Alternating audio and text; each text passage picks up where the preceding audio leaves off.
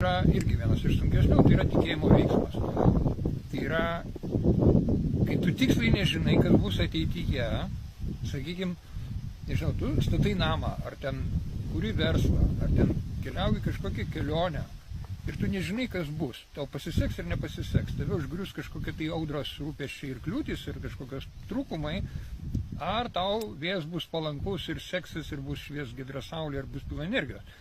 Tu nežinai, kas bus už valandos, tu nežinai, kas bus rytoj ir kitais metais, ir tas nežinojimas žmogų gazdina.